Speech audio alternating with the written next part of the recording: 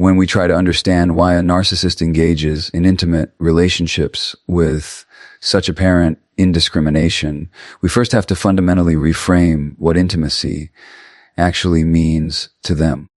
Because if we assume they're operating from the same psychological framework as someone capable of genuine connection, we'll never understand the pattern. We'll be perpetually confused by choices that seem self-destructive, reckless, or simply inexplicable. The key insight is this for the narcissist. Physical intimacy is not an expression of connection, desire, or mutual attraction. It's a transaction. It's a means to an end. And once you understand what ends they're trying to achieve, the indiscriminate nature of their behavior suddenly makes perfect sense. Let me explain what I mean by transaction.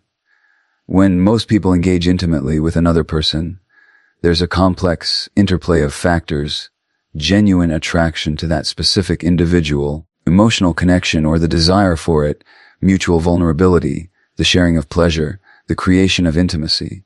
The person matters. Their specific qualities, their particular presence, who they are as an individual, all of this is central to the experience. But the narcissist is operating from an entirely different framework.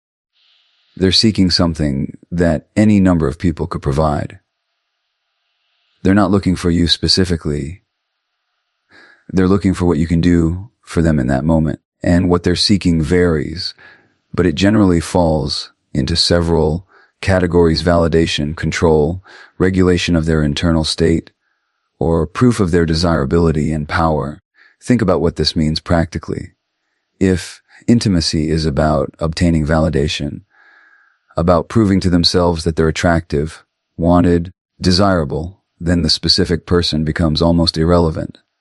What matters is that someone said yes. Someone chose them. Someone found them compelling enough to be intimate with. The person could be anyone, as long as they fulfill that validating function. If intimacy is about exerting control, about demonstrating their power to seduce, to possess, to have access to another person's body and vulnerability, then again, the specific individual doesn't matter. What matters is the exercise of power itself, the proof that they can make something happen, that they can override someone's boundaries or better judgment. If intimacy is about regulating an internal state, providing temporary relief from emptiness, anxiety, or fragmentation, then it's functioning almost like a drug. And when you're seeking a pharmaceutical effect, you don't develop a relationship with the substance. You just need it to work. The narcissist in this mode is seeking sensation, distraction, a temporary sense of being real and embodied. Any person who can provide that experience will do. This transactional framework explains something that often baffles partners of narcissists, the shocking lack of standards or selectivity. You might discover that the person your narcissistic partner was intimate with is someone they themselves describe as unattractive, unintelligent, or otherwise. And you think, why would they risk our relationship for that person? Why would they choose someone who's clearly not as accomplished, attractive, or interesting as I am? But you're still thinking in terms of choice based on genuine preference. The narcissist isn't choosing based on who the person is. They're choosing based on availability, opportunity, and whether that person can fulfill the immediate function. It's not that different from someone who's hungry eating whatever food is available. You don't develop elaborate preferences when you're just trying to fill a void. This is also why narcissists can maintain multiple intimate relationships simultaneously without apparent internal conflict. For someone capable of genuine connection, this would create cognitive and emotional dissonance.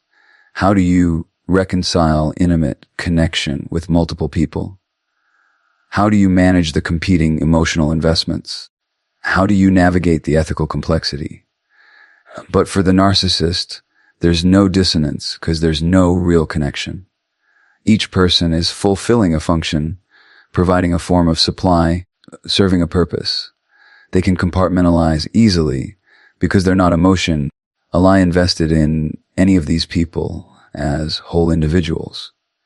They're engaging with what these people can do for them, not with who these people are. This transactional nature also explains the narcissist's ability to be intimate with people they don't even particularly like. You might discover they were involved with someone they openly criticized, someone they found annoying, someone whose company they didn't even enjoy outside of the intimate context. And this seems utterly incomprehensible until you realize they weren't relating to that person. They were using that person's body and availability to meet a need that had nothing to do with the person themselves. It's a profoundly objectifying way of relating, though the narcissist would rarely recognize it as such. They might even convince themselves they're experiencing attraction or connection in the moment because they've learned to perform the appearance of these feelings. But there's no depth beneath the performance. No genuine regard for the other person's subjectivity, their experience, their humanity beyond what they can provide. And this is why any currency works. The narcissist doesn't need gold. They'll take whatever is available because they're not actually seeking treasure. They're seeking to fill a register, to make a transaction, to obtain something that anyone with the requisite anatomy and availability can provide. The person is incidental to the function. When intimacy is divorced from connection, anyone becomes replaceable. Because you were never seeking a person in the first place. But the transactional nature of the narcissist's intimate encounters points to something even more psychologically revealing.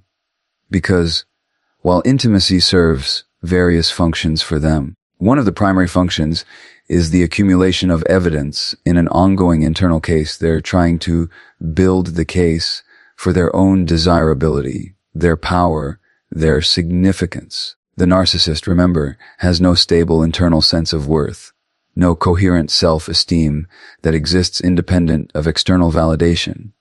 They're constantly, exhaustingly trying to prove to themselves that they matter, that they're special, that they're worthy of attention and desire. And every intimate encounter becomes a piece of evidence in this case. This is why the numbers matter to them in a way that seems almost adolescent. They might keep mental tallies, might reference their body count with a kind of pride, might collect intimate encounters the way some people collect achievements or trophies. If you're thinking about intimacy as connection, this seems bizarre and frankly pathetic. But if you understand it as evidence gathering, it makes perfect sense. Each person who says yes to them, who finds them attractive enough to be intimate with, who gives them access, this becomes proof. Proof that they're desirable. Proof that they have power. Proof that they can attract, seduce, possess. The actual experience of the encounter is almost secondary to what it represents in their ongoing effort to construct a sense of significance. This is why the conquest matters more than the connection. In fact, the connection would almost interfere with what they're seeking. Real connection would require vulnerability, reciprocity, the possibility of being rejected for who they actually are. But conquest, the ability to make something happen, to override hesitation, to successfully seduce, that's pure validation with no risk of genuine exposure. Watch how the narcissist talks about their intimate experiences. When they're being arded, often there's a quality of collection, of acquisition, rather than genuine enthusiasm about the person or the experience. I had her. I closed the deal. I can get anyone I want.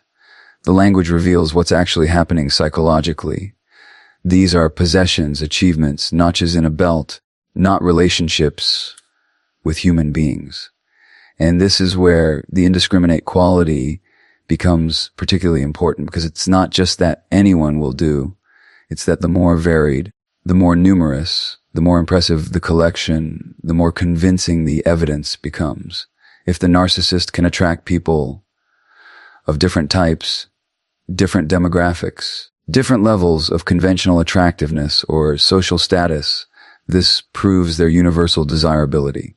They're not just attractive to one type. They're attractive to everyone. There's also an element of compulsive proving that happens here. Because the narcissist's internal emptiness is constant, the need for validation is insatiable. One encounter doesn't actually fill the void or resolve the question of their worth, so they need another and another and another. Each provides a temporary sense of being desired, be powerful, being significant, but it fades almost immediately, requiring the next fix. This is why narcissists can be intimate with someone and then immediately begin pursuing the next person. It's not that the first encounter was unsatisfying in any conventional sense. It's that it didn't actually resolve the underlying existential crisis that drove them to it. The emptiness returns, the question of their worth resurfaces, and they need more evidence, more proof, more validation. Think about how different this is from how most people experience intimate relationships. For someone capable of genuine connection, intimacy creates a sense of closeness, satisfaction, perhaps even a period where they feel emotionally full and don't need to seek validation elsewhere. The encounter nourishes something, at least temporarily. But for the narcissist, each encounter is like trying to fill a bucket with a hole in the bottom. It might look full for a moment, but the emptiness returns immediately because nothing external can actually address the internal deficit they're trying to remedy. So they remain in constant pursuit, constantly needing to prove their desirability, constantly seeking evidence that never quite convinces them for long. This also explains why narcissists often pursue people who are in relationships, who are seemingly unavailable, or who initially reject them. Because if they can successfully seduce someone who's committed elsewhere, someone who said no, someone who's supposed to be unattainable, that's even more compelling evidence of their power and desirability. The difficulty of the conquest makes the validation more potent. It's not about the person at all. It's about what successfully seducing that person proves about the narcissist. And this is why they can be so persistent, so willing to invest time and energy into pursuits that seem disproportionate. They're not pursuing a relationship. They're pursuing proof. There's something profoundly sad about this when you really sit with it. Because what the narcissist is seeking, proof of their worth, evidence of their desirability, can never actually be obtained through these encounters. External validation cannot resolve an internal deficit. No amount of people saying yes can fill the void left by a coherent sense of self. So they remain trapped in this compulsive cycle, collecting evidence that ever quite convinces them, accumulating encounters that provide momentary relief, but no lasting sense of worth, pursuing validation that evaporates as soon as it's obtained. And the people they're intimate with, they're not really there as full human beings in the narcissist's experience. They're witnesses, validators, evidence. Their subjectivity, their own desires and vulnerabilities, their humanity. All of this is peripheral to their function in the narcissist's psychological economy. This is perhaps the most dehumanizing aspect of the narcissist's indiscriminate intimacy. Not just that they'll be intimate with anyone, but that in being intimate with anyone, they're not truly intimate with anyone. Every encounter is fundamentally about them, about their need for validation, about their compulsive effort to prove something to themselves that cannot be proven through another person's body. When you're using intimacy to prove your worth, everyone becomes evidence and no one becomes real. But there's another dimension to the narcissist's indiscriminate intimate behavior that goes even deeper than validation, seeking, or evidence gathering.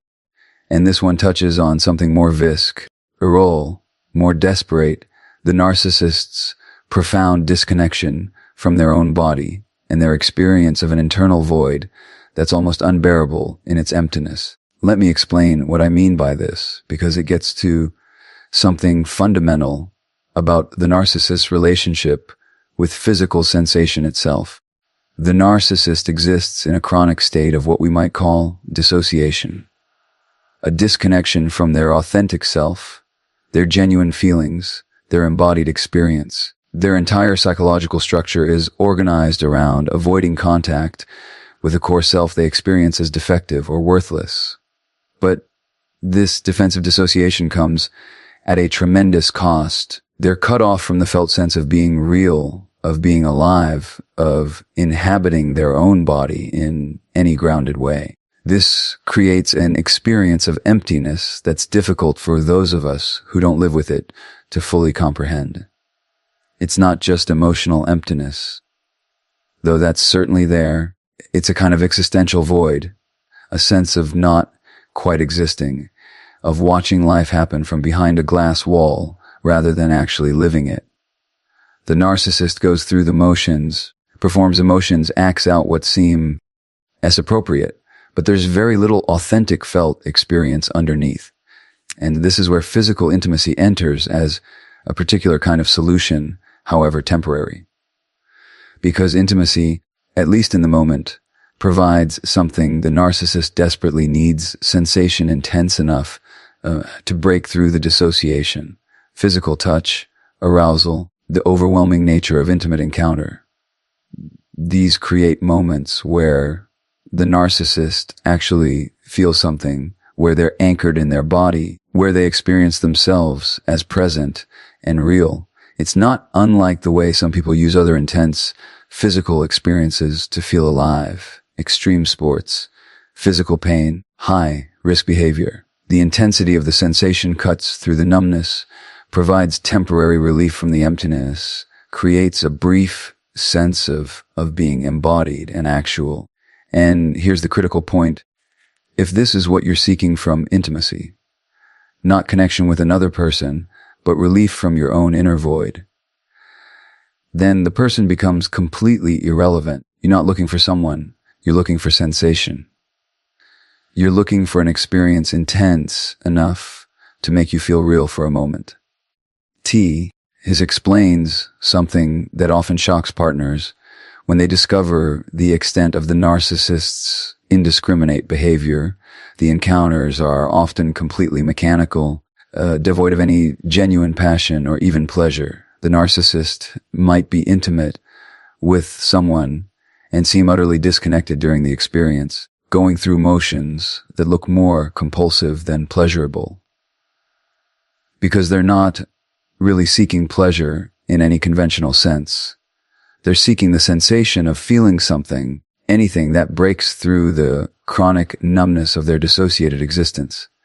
And that sensation can come from intimacy with anyone. It doesn't require attraction, connection, or even basic regard for the other person.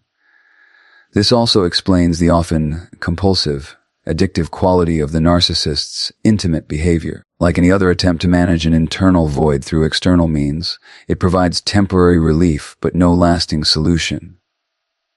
The sensation fades, the dissociation returns, the emptiness reasserts itself.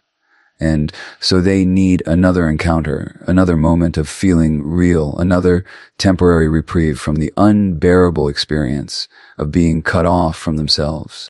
There's a tragic quality to this when you really understand it. The narcissist is essentially using other people's bodies as a form of self-medication, trying to treat a profound psychological wound through physical sensation. But it doesn't work. It can't work. Because the problem isn't a lack of physical stimulation. It's a fundamental disconnection from self that no amount of external experience can remedy. And the people they're using in this way, they're not partners, not even really participants in a shared experience.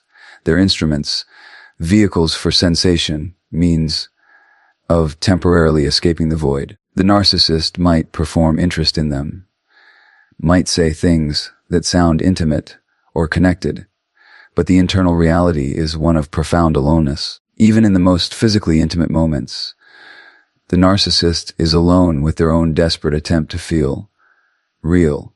This is also why the encounters can be so varied in nature, so indiscriminate in terms of context or circumstance.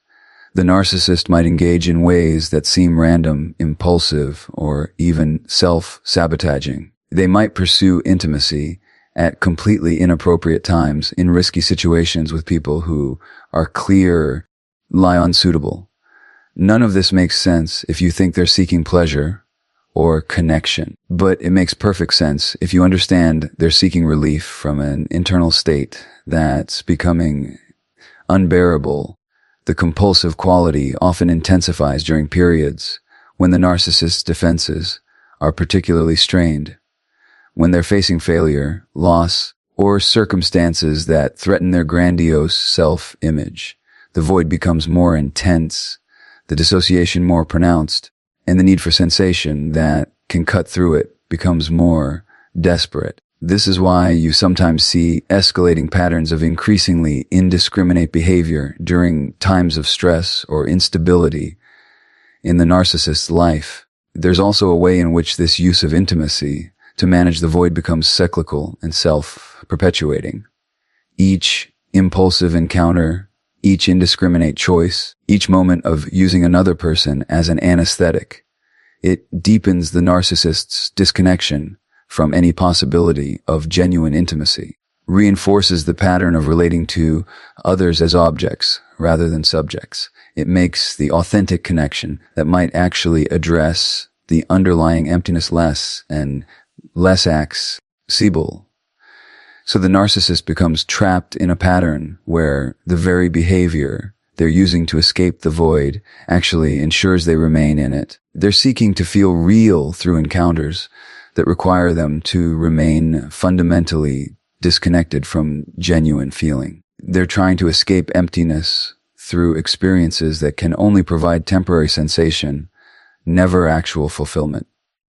And all the while, they're moving through a series of human beings who believe they're engaging in something mutual, something shared, perhaps even something meaningful, never knowing they're serving as a temporary anesthetic for someone else's existential crisis. When you're using another person's body to feel momentarily real, anyone with a pulse becomes sufficient because you're not seeking them. You're fleeing yourself.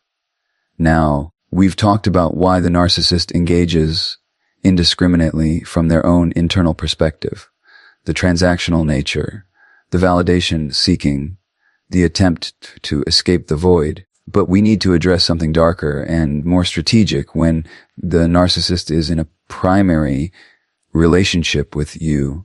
Their indiscriminate intimate behavior serves another crucial function. It becomes a weapon, a tool of control and devaluation that's all the more effective precisely because of how indiscriminate it is. Let me be very clear about this, because it's one of the most psychologically devastating aspects of being in relationship with a narcissist. The lower they set their standards with others, the more it communicates to you that you're not special, that you're easily replaced, that your commitment, your loyalty, your sacrifice, none of it means anything. Think about what happens when you discover your narcissistic partner has been intimate with someone you perceive as clearly less than you in various ways.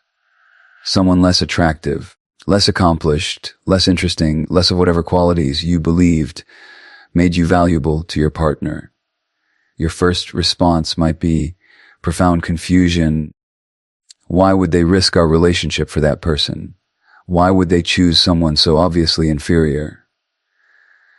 But you're still thinking this is about choice based on preference. You're still operating from the assumption that your partner's intimate behavior reflects genuine desire or attraction. And that's exactly what makes the devaluation so effective. Because what the narcissist is actually communicating through their indiscriminate behavior is this: you're not special.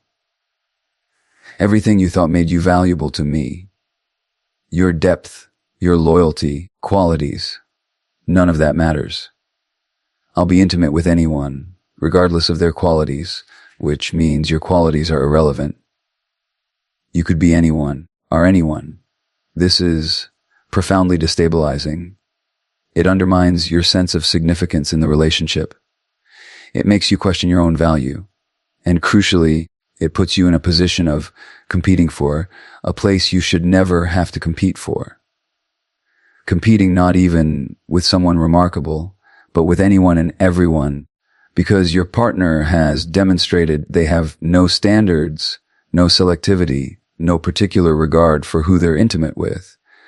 The indiscriminate nature is the point. It's not collateral damage. It's the mechanism of devaluation. If the narcissist were being intimate with someone you could recognize as genuinely special or remarkable, you might understand it as genuine attraction to an exceptional person.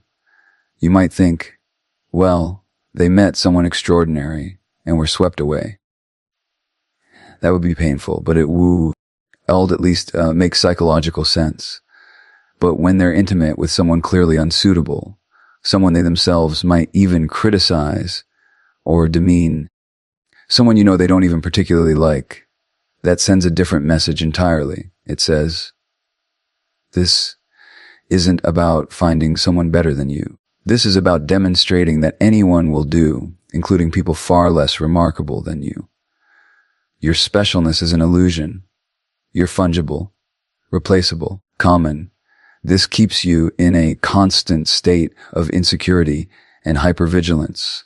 You're never safe, never secure, never able to trust that your commitment and your qualities matter. Because if your partner will be intimate with literally anyone, then no amount of being a good partner, no degree of loyalty or attractiveness or accomplishment on your part provides any protection or security. The narcissist knows this. Perhaps not always consciously, but they understand the power dynamics they're creating. They understand that keeping you destabilized and insecure makes you more manageable, more desperate to prove your worth, more willing to accept unacceptable treatment in hopes of finally being chosen as special. And there's another layer to this weapon. The indiscriminate behavior forces you into the impossible position of either accepting it, which destroys your self-respect, or constantly confronting it, which casts you as jealous, controlling, insecure. The narcissist gets to position your reasonable boundaries around monogamy or your pain about betrayal as evidence of your dysfunction rather than their betrayal. They'll say things like, it didn't mean anything. Why are you making such a big deal about this? You're so insecure. And that phrase, it didn't mean anything, is particularly insidious because they're telling the truth in a sense. It didn't mean anything to them. None of it means anything. But they're using that meaninglessness as a defense rather than recognizing it as evidence of their pathology. The fact that it meant nothing to them, that the person was interchangeable, that it was completely indiscriminate, this should be horrifying, not exonerating. But the narcissist presents it as if their lack of genuine connection or regard somehow makes the betrayal less significant. I don't even care about that person. So why do you care? As if their emotional disconnection from their own behavior absolves them of responsibility for its impact on you. This creates a reality where you're simultaneously being told you're overreacting to something meaningless while experiencing the devastating message that you yourself are equally meaningless, equally replaceable, equally just another body in an interchangeable series. The indiscriminate nature also serves to isolate you. Because when you try to explain to others what's happening, it can sound almost absurd. They were intimate with someone they don't even find attractive. People who haven't experienced this dynamic might not understand how that's actually worse, how the indiscriminate quality is precisely what makes it so dehumanizing and destabilizing. And the narcissist's behavior often escalates in its indiscriminate quality over time, especially as you become more bonded to them. Early in the relationship, they might maintain some appearance of standards. But as your investment deepens, As you become more entangled, the message becomes clearer. Your significance is an illusion. Your special qualities are irrelevant. You're as replaceable as anyone else because everyone is replaceable. This is psychological war, fair conducted through intimate betrayal. And it's all the more effective because most people can't quite believe someone would weaponize intimacy in this way, would strategically use indiscriminate behavior to destabilize and devalue their partner. We want to believe that intimate betrayal is at least about genuine desire, genuine attraction to someone else. The calculated, indiscriminate quality is almost too cruel to fully accept. When they'll risk everything for anyone, they're telling you that you were never anything special. And that's not collateral damage. That's the message. But perhaps the most fundamental reason for the narcissist's indiscriminate intimate behavior, the one that underlies all the others, is this: they lack the internal psychological structures that would create genuine selectivity in the first place. Let me explain what I mean, because this gets to something essential about how different the narcissist's internal world is from someone with a relatively integrated sense of self. When most people make decisions about intimate relationships, there's an entire architecture of internal guidance systems at work. You have values that inform your choices, beliefs about commitment, integrity, respect. You have genuine preferences based on attraction that's not just physical, but emotional, intellectual, spiritual. You have concern for consequences, how your choices will affect others, how they align with who you want to be. You have the capacity for guilt and shame when you violate your own values or harm others. And perhaps most importantly, have regard for the other person as a full human being with their own subjectivity, their own experience, their own dignity. All of these internal structures create what we might call natural selectivity. You don't sleep with just anyone because there are multiple internal checks and balances that guide your behavior. Your values say no. Your concern for consequences says no. Your empathy for how this might affect others says no. Your genuine preference for specific qualities in a partner says no. Your sense of self, respect, and integrity says no. But the narcissist doesn't have these structures, or they have them in such an attenuated form that they don't actually function as meaningful guides for behavior. Let's go through them one by one. Values. The narcissist's values are entirely situational and self-serving. They don't have the kind of internalized moral framework that creates consistent behavioral boundaries. They might espouse certain values when it serves them, but these aren't deeply held convictions that actually constrain behavior when no one's watching. Genuine preference. We've already discussed how the narcissist's intimate choices aren't based on authentic attraction to a specific individual. But this reflects a deeper reality without a coherent sense of self. The narcissist doesn't have stable, genuine preferences about anything. Their likes and dislikes shift based on what serves their needs in the moment, what impresses others, what reinforces their grandiose image. Concern for consequences. The narcissist's relationship to consequences is fundamentally different from someone with an integrated self. They either believe rules don't apply to them, or they're confident they can manipulate their way out of consequences, or they're so dissociated from future implications that the present moment is all that exists. The ability to consider, if I do this, then that will happen, and I'll have to live with that outcome. This requires a continuity of self over I'm that the narcissist doesn't reliably have. Capacity for guilt. This is perhaps the most important missing structure. Guilt is what we feel when we violate our own values or harm someone we care about. It's an internal signal that says, this action is inconsistent with who you want to be. This causes damage that matters. But the narcissist has either a profoundly attenuated capacity for genuine guilt, or their guilt is so intolerable that it's immediately defended against through rationalization, projection, or denial. Without the capacity to feel authentic guilt, there's nothing to create an internal no based on moral considerations. The question isn't, is this right? The question is only, can I get away with this? Will this serve my needs? And finally, empathy, the ability to genuinely consider another person's experience, to imagine their pain, to care about their well-being independent of how it affects you. The narcissist's lack of empathy means that one of the primary reasons most people exercise selectivity, concern for how their behavior affects others, simply doesn't operate. When you put all of this together, what you have is someone navigating in intimate relationships without any of the internal guidance systems that would create selectivity. They're operating purely on the basis of opportunity, impulse, and whether something serves their immediate needs.